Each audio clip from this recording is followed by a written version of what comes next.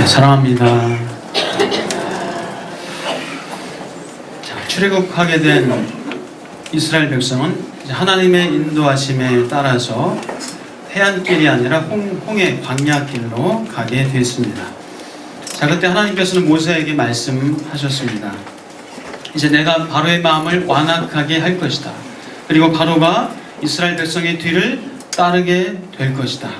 그러나 애굽의 온 군대로 말미암아 여호와 내가 하나님인 것을 알게 될 것이고 하나님의 영광을 얻어서 너희들 역시도 내가 여호와인 줄 알게 될 것이다 라고 하나님께서 모세에게 말씀을 하십니다. 자, 애굽 바로의 군대를 무찌르게 되면서 하나님의 영광에 나타나게 되고 결국 여호와 하나님이 하신 것임을 너희들이 고백하게 될 것이고 이스라엘 백성, 애굽의 모든 백성이 여호와가 하나님이신 줄을 알게 하실 것이다 라고 하나님은 약속을 모세를 통해서 하십니다. 자, 하나님께서는 이렇게 바로가 잘 되는 것 같고 바로가 번성하는 것 같고 하지만 결국 하나님께서 약한 본성 그대로 내버려 두셨다가 결국 바로를 또 멸망시키시고 심판하시는 하나님이란 사실을 우리는 오늘 본문을 통해서 다시 한번 확인할 수가 있습니다. 바로가 이스라엘 백성을 쫓아와서 다 몰살시킬 것 같이 그런 위기 가운데 그런 어려움 당하기도 하지만 그러나 결국 하나님께서 그들을 지키시고 보호하신다.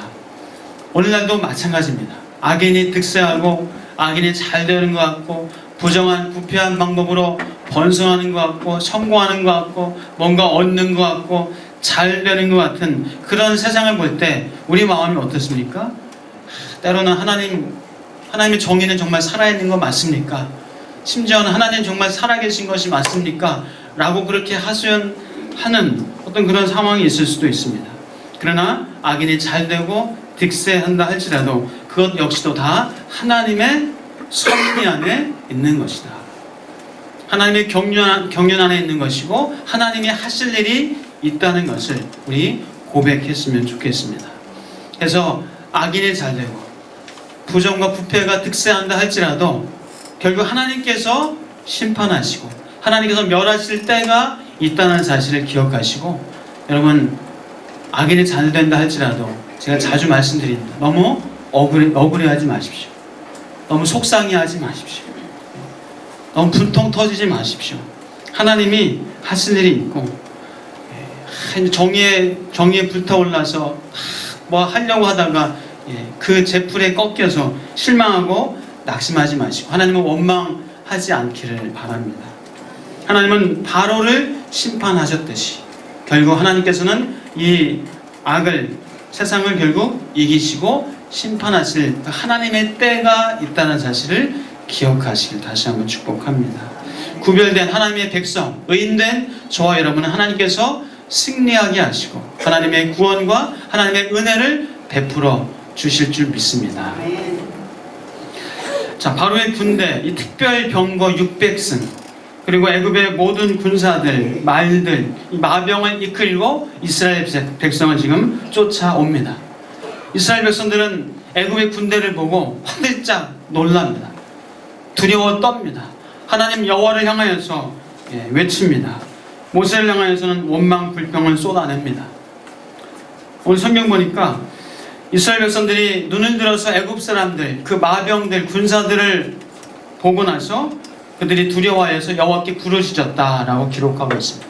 그리고 모세를 향하여서는 우리가 애굽에 매장지가 없어서 애굽에 무덤이 없어서 우리를 여기까지 끌고 와서 여기에서 죽게 하느냐, 여기까지 끌지 않았으면 차라리 우리가 애굽에서 종살이하고 노예가 차라리 낫겠다. 광야에서 죽는 것이 애굽에 종살이하는 것이 차라리 나을 뻔했다 하면서 그렇게 이스라엘 백성들이 원망, 불평을 쏟아내고 있습니다.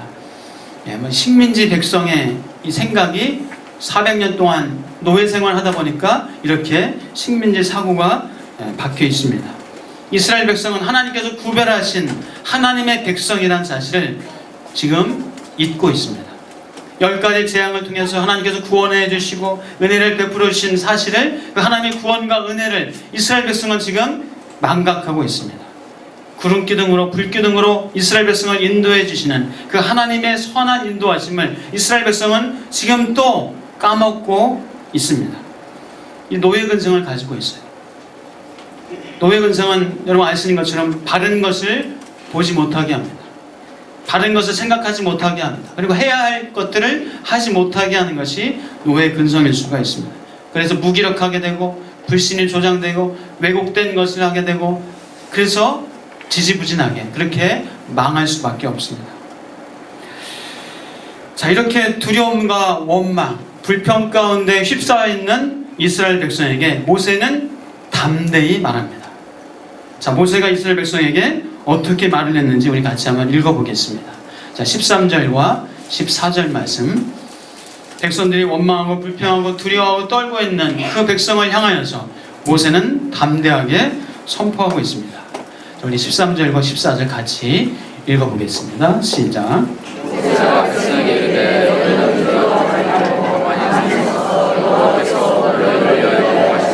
구원을 보라. 너희가 오늘 본 애굽 사람을 영원히 다시 보지 아니하리라. 여호와께서 너희를 위하여 싸우시리니 너희는 가만히 있을지니라.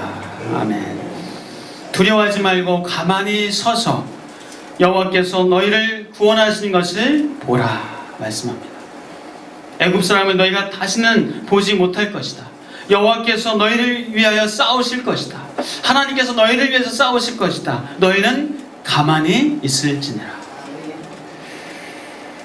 자, 사랑하는 여러분, 하나님께서 이스라엘 백성만이 아니라 저와 여러분에게도 마찬가지입니다. 하나님께서 여러분을 위해서 싸우실 줄 믿습니다. 가만히 서 있으시길 바랍니다. 가만히 있으시길 주의 이름으로 축복합니다. 가만히 있으실 거죠? 자, 가만히 있는다는 게 그럼 뭘까요? 가만히 있는다는 거. 아무것도 하지 않는 걸까요? 근데 복지부동 하고 있는 건가요? 자, 가만히 있는다는 것은 아무것도 하지 않는 것이 아니라 아무것도 하지 않고 있는 것이 아니라 내 생각, 내 감정, 내 습관, 내 지식, 내 경험 그것을 따르지 않고 내 생각을 따르지 않고 하나님의 말씀을 따르는 것이 가만히 있는 겁니다. 가만히 있는다는 것은 하나님의 부르신 우리 삶의 영역에서 하나님의 부르신 우리 삶 속에서 우리가 마땅히 해야 할 것은 충성스럽게 하고 하지 말아야 될 것은 하지 않는 것이 바로 가만히 있는 겁니다. 자, 우리가 근데 가만히 있지 못해요. 우리가 가만히 있지 못합니다. 가만히 있지 못한 이유를 생각해 보니까요, 여러 이유가 있더라고요. 일단 성격적으로, 기질적으로 급해요. 다혈질. 그래서 급한 성격 때문에 가만히 있지 못하는 분들이 있어요. 또 어떤 분은 내가 할 수 있다는 생각, 교만, 또 내가 해야 된다는 어떤 그런 책임의식, 내가 해야 된다는 어떤 그런 의무감이 넘어서서 강박관념, 내가 해야 돼라는 그런 강박관념 때문에 가만히 있지 못하는 분이 있어요. 어떤 분은 내 생각, 내 판단이 늘 옳아요.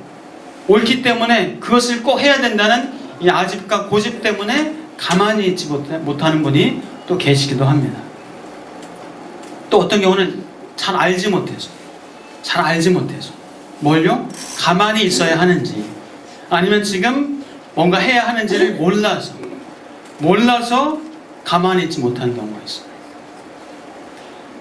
뭐 예를 들어서 쉬운 예로 어떤 분은 지금 아파서 죽어가고 있는데 하나님이 가만히 있으라고 해서 병원도 안 가고 치료도 안 받고 하나님이 직접 치료하신다고 하나님이 분명히 하셨어 라고 하면서 가만히 병원도 안 간 분이 계시더라고요.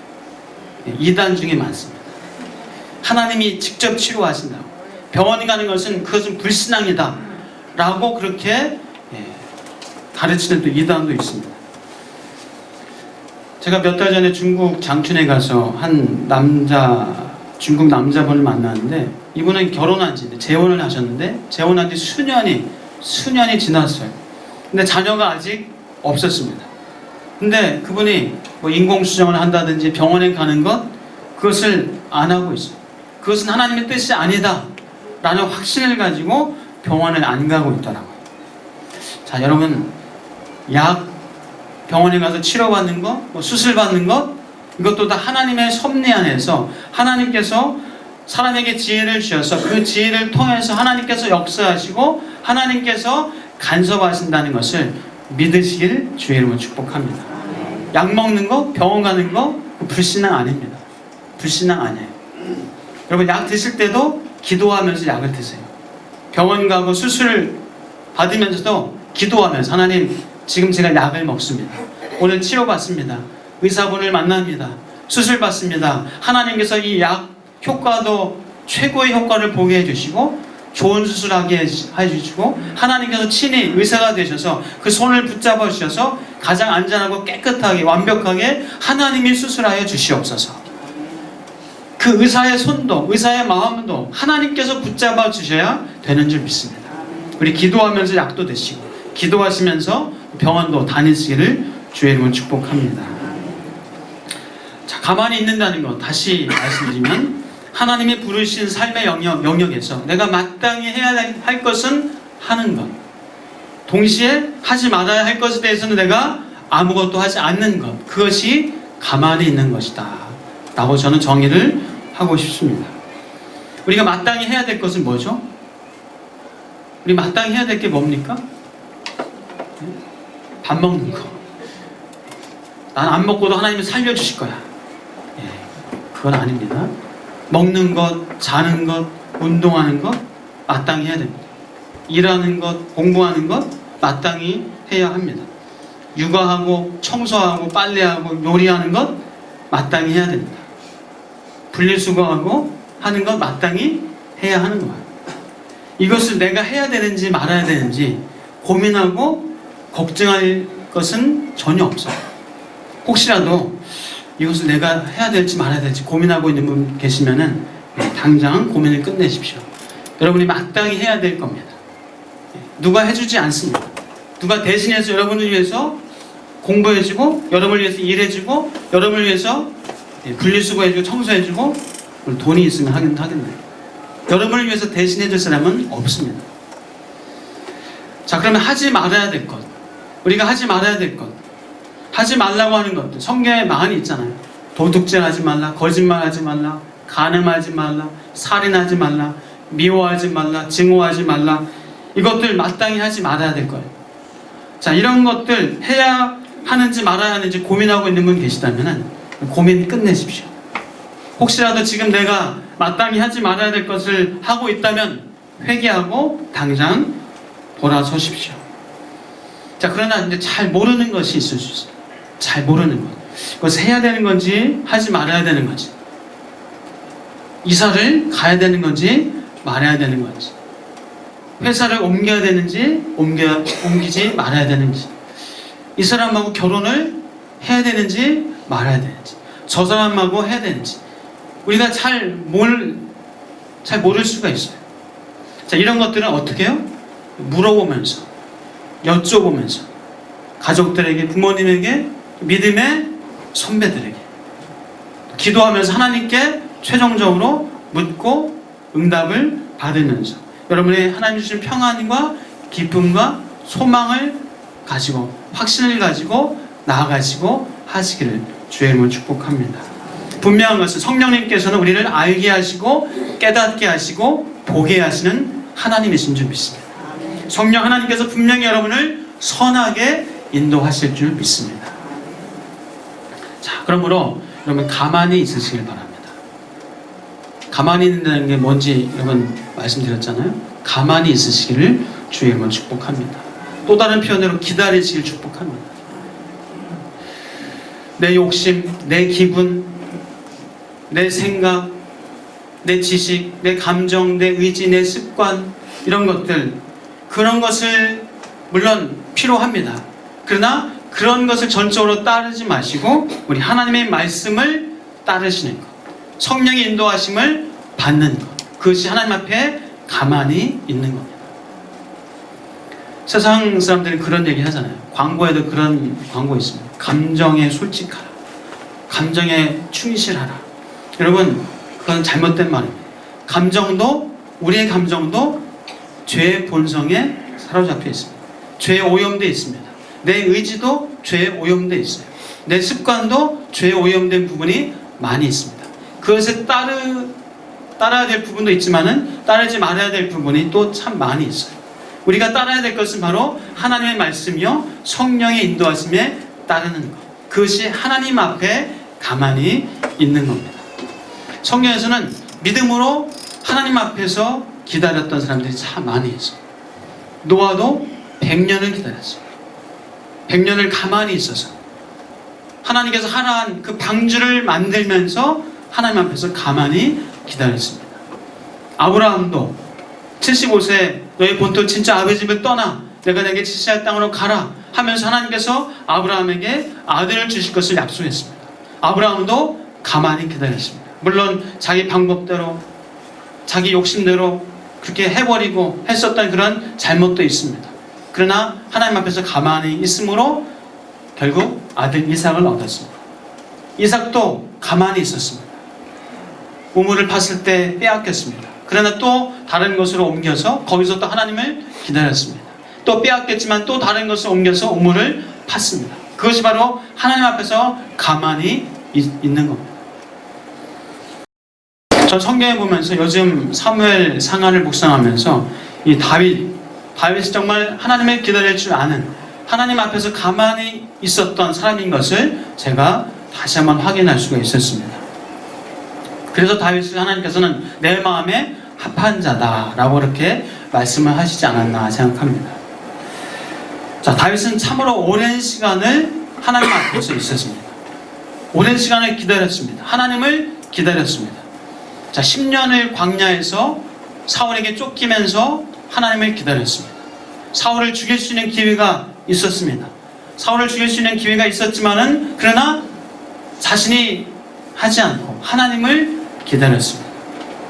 사울이 죽은 후에도 다윗은 기다렸습니다. 사울의 아들 이스보셋이 왕이 되고 그 아들도 2년 후에 죽음을 당했습니다. 암살을 당했을 때도 다윗은 여전히 기다렸습니다. 그러기를 또 7년 6개월 다 합해서 20년 이상을 다윗은 하나님 앞에서 기다렸습니다. 자신의 할 바는 하면서 하나님 앞에서 잠잠히 하나님이 하실 것을 기다리면서 하나님의 주권을 인정하면서 다윗은 하나님 앞에서 잠잠히 기다리는 사람이었습니다. 결국 이스라엘 백성들의 온 마음을 다 얻어서 이스라엘 백성들이 이제 장로들을 대표로 하여서 다윗에게 보내게 됩니다. 그래서 장로들이 다윗에게 와서 우리 왕이 되어 주십시오. 사울이 왕이었을 때도 당신이 우리를 위해서 출입하면서 우리를 보살펴 준 당신이 우리 왕입니다 하면서 그제서야 이스라엘 장로들이 와서 다윗에게 기름을 붓고 왕을 삼게 됩니다. 그때 하나님께서 이스라엘 장로들을 통해서 이런 말씀을 하십니다. 다윗을 향해서 내가 내 백성 이스라엘의 목자가 되며 내가 이스라엘의 주권자가 되리라. 이 말씀을 하나님께서 당신에게 하셨습니다. 당신이 우리 왕이 되어 주십시오. 다윗은 그때 하나님 앞에서 이제 기름 부음을 받고 왕이 되게 됩니다. 자, 드디어 다윗에게 이스라엘 백성의 장로들이 찾아왔고 쫓기는 세월 10여 년, 또 사울이 죽은 후에도 7년 6개월을 기다리면서 그렇게 결국은 이스라엘의 통합된 왕이 된 것입니다. 자, 이스라엘 백성들은 다들 알고 있었어요. 다들 알고 있었습니다. 이 다윗이 왕이 될 것을 이미 알고 있었어요. 그러나 알고 있는 것과 하나님의 때와는 또 시간에 많이 차이가 나는 것을 봅니다. 다윗은 하나님의 때를 기다리고 있었습니다. 무리하지 않고 자기가 나서지 않고 욕심 부리지 않고 다윗은 하나님의 때를 기다렸습니다.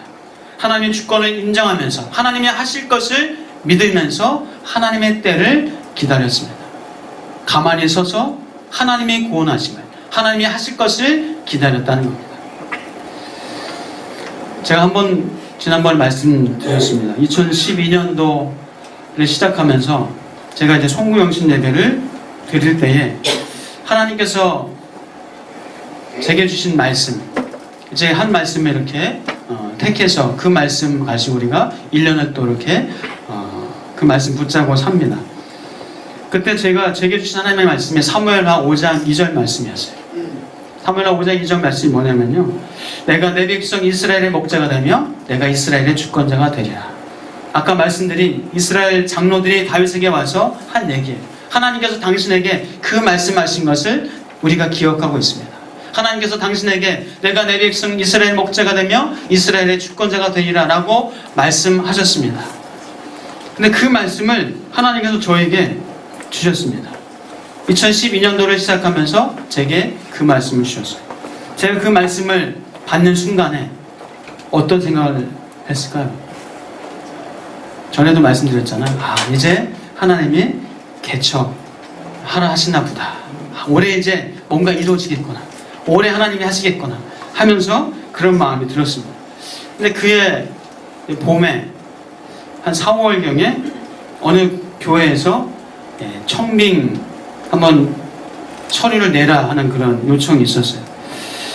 그래서 개척인데 기성교회로 하나님이 부르시나 그런 마음도 들고 고민을 하다가 서류를 넣었는데 청빙은 안 됐어요. 근데 그것 때문에 마음이 더 다급해진 것 같기도 합니다. 자, 그때부터 이제 교회 허락을 받고 개척할 곳을 찾으러 다녔어요. 여기저기 아주 많이 다녔습니다. 그래서 계약 직전 가기도 하고 몇 차례 계약하기로 했다가 잘 일이 안 됐습니다. 그때 참 보지 말아야 될 꼴도 좀 보기도 했습니다. 자, 그렇게 시간이 그냥 지나가는 거예요. 2012년도가 하나님이 분명히 그 말씀을 주셨는데 내가 내 백성 이스라엘의 목자가 되고 이스라엘의 주권자가 되리라. 하나님께서 이제 나를 하나님 목자로 삼으시고 주권자로 삼아주신다고 분명히 약속하셨는데 이게 웬 겁니까? 왜 안 됩니까? 하면서 마음에 참 조급함도 생기고 어떤 그런 불평도 생기기 시작했습니다. 자, 그래서 이제 가을이 넘어가고 겨울이 되는 어떤 그런 시점에 이 서울광역교회가 이 하계동으로 이사 가는 이미 계약을 다 했고 몇 년이 지났는데 이사 날짜가 결정이 안 됐었습니다. 아직까지는 법적으로 아직 깨끗하게 지금 정리가 안 됐기 때문에 이사를 결정하지 못했어요.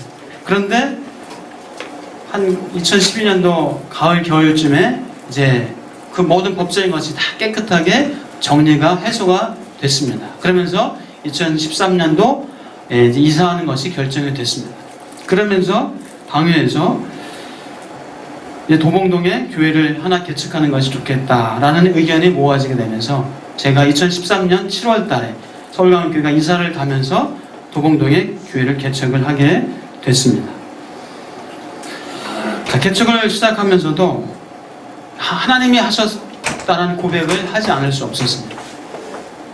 그러면서 이제 평안한 마음으로 개척을 시작했어요. 설립 예배를 드리고 이제 그 다음 주일 첫 주 예배를 드릴 때 마음이 참 평안했어요. 하나님이 어떻게 하실지 그저 하나님 기대하면서 한 분이 예배를 드리든 10명이 예배를 드리든 하나님 앞에서 예배 드리고 하나님 바라보고 하면 되지 하는 그런 마음 평안하게 예배를 준비하고 기다렸습니다. 첫 주 예배 때 제 기억이 한 50명 정도 예배를 같이 드리신 것 같아요. 자, 지금은 이제 우리 교회가 한 300명 가까이 출석을 하면서 그렇게 예배를 드리고 있습니다. 근데 저는 지금 이 모이는 숫자가 물론 숫자도 중요하지만 그 숫자 자체보다는 교회가 교회로 세워지는 것, 교회가 교회답게 세워지는 것이 사실 더 중요하다는 생각을 하게 됩니다. 이제는 교회가 더 견고해지고 더 튼튼해지고 더 단단해져야 될 그런 시간이다 생각합니다. 이제 좀 더 규모 있고 잘 조직되어지고 또 짜임새 있게 부서나 기관이나 남성도 여성도 순 이런 것들이 다 짜임새 있게 잘 만들어져야 되는 그런 시기다라는 생각을 하고 있습니다. 또 성도들도 더 튼튼하게 더 견고하게 믿음으로 이렇게 양육되어지고 세워져야 되는 그런 시기다라고 지금 절감을 하고 있습니다. 그래서 어떤 분은 그런 얘기를 합니다. 왜 안 합니까? 왜 안 합니까? 그런 얘기를 합니다. 성도들에게 이제 봉사도 하게 하고 성도들에게 헌신도 하게 하고 움직이게 하고 해야 되지 않냐? 뭔가 좀 푸시하고 뭔가 이제 해야 되지 않냐? 라는 얘기도 합니다. 물론 맞습니다. 맞아요. 성도 여러분들이 봉사도 해야 되고 헌신도 해야 되고 주방 봉사도 해야 되고 예배당 청소도 해야 되고 성가대도 교사도 해야 됩니다. 유기적으로 또 이렇게 힘있게 봉사하고 헌신해야 됩니다. 구제도 더 하고 선교도 더 하고 해야 되는 게 맞습니다. 그러나 하나님께서 하실 것을 믿고 하나님 앞에서 우리는 기다려야 합니다. 억지로 해서도 안 됩니다. 더더군다나 싸우면서 해서는 더 안 됩니다. 지금까지도 하나님께서 하셨기 때문에 앞으로도 하나님께서 하실 줄 믿습니다. 하나님이 하셨는데 지금까지 하나님이 하셨는데 그럼 여러분이 뭘 하겠습니까? 이제 하나님께서 하셨는데 이제 앞으로 우리가 할게요. 하나님이 하셨지만 이제 우리가 앞장서서 하겠습니다. 이제 와서 우리가 뭘 하겠다고 하겠습니까? 그래서 저는 가만히 있어서 주님이 하실 수 있도록 우리를 내어드렸으면 좋겠습니다. 주님이 하실 수 있도록 우리를 내어드리면 됩니다. 말씀드린 것처럼 다윗의 기다림은 참 길었습니다. 하나님을 믿지 않고서는 결코 도저히 해낼 수 없는 거예요. 여러분, 그래서 기다림은 믿음입니다. 하나님의 주권을 인정하지 않으면 기다릴 수 없는 겁니다. 하나님을 믿지 않으면 가만히 서서 바라볼 수 없는 거예요. 내가 해야 되기 때문에. 내가 뭐라도 발버둥치면서 해야 되기 때문에 하나님을 믿지 않으면 가만히 서 있을 수가 없는 겁니다. 다윗은 골리앗을 물리치기 전에 이미 사무엘을 통해서 기름 부음을 받았습니다. 이미 내심 왕이 될 것에 대한 생각을 다윗도 하고 있었을 겁니다. 골리앗을 무찌르고 나서는 백성들이 사울은 천천히요 다윗은 만만히로다 하면서 그때 왕의 자리를 빼앗을 수 너무 빠른가요? 다윗이 광야에서 쫓김을 당할 때 10년 이상 쫓김을 당할 때 사울을 죽일 수 있는 기회가 성경에 2번이나 나옵니다.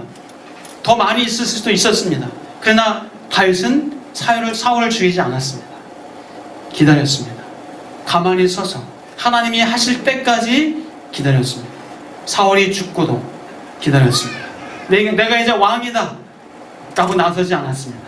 사울의 아들 이스보셋이 죽고 나서도 사울이 죽은 2년 후에 이스보셋이 죽고 나서도 다윗은 여전히 나서지 않았습니다.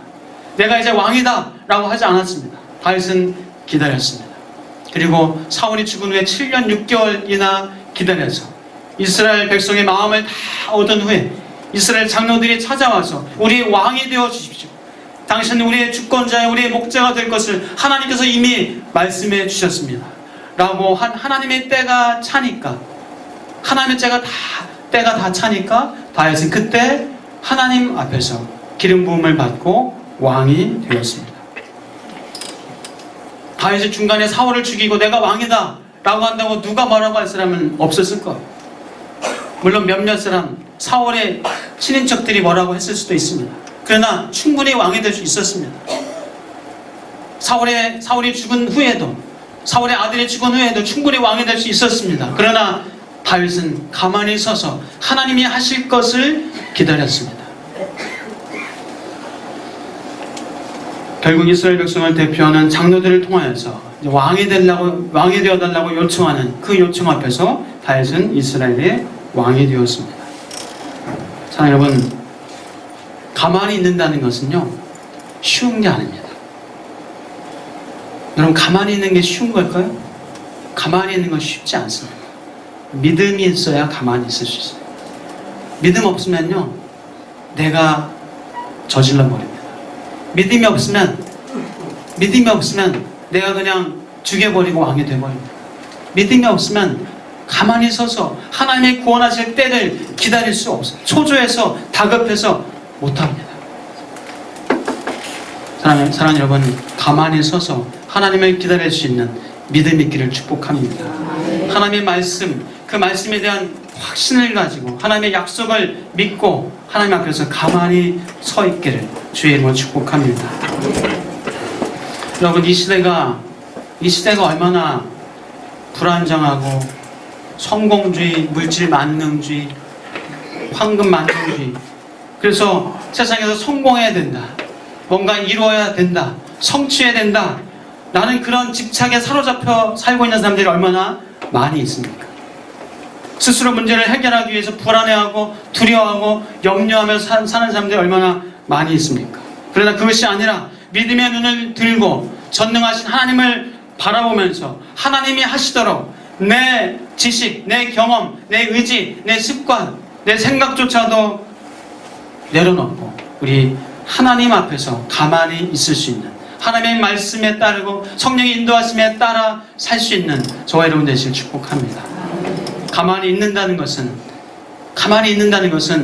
나 자신의 영광과 성공을 위해서 살라고 말하는 그 세상의 가치관에 젖어서 헛되이 수고하고 사는 것이 아니라 하나님 나라와 그의 영광을 위해서 나 자신을 내려놓는 것이 가만히 있는 것입니다.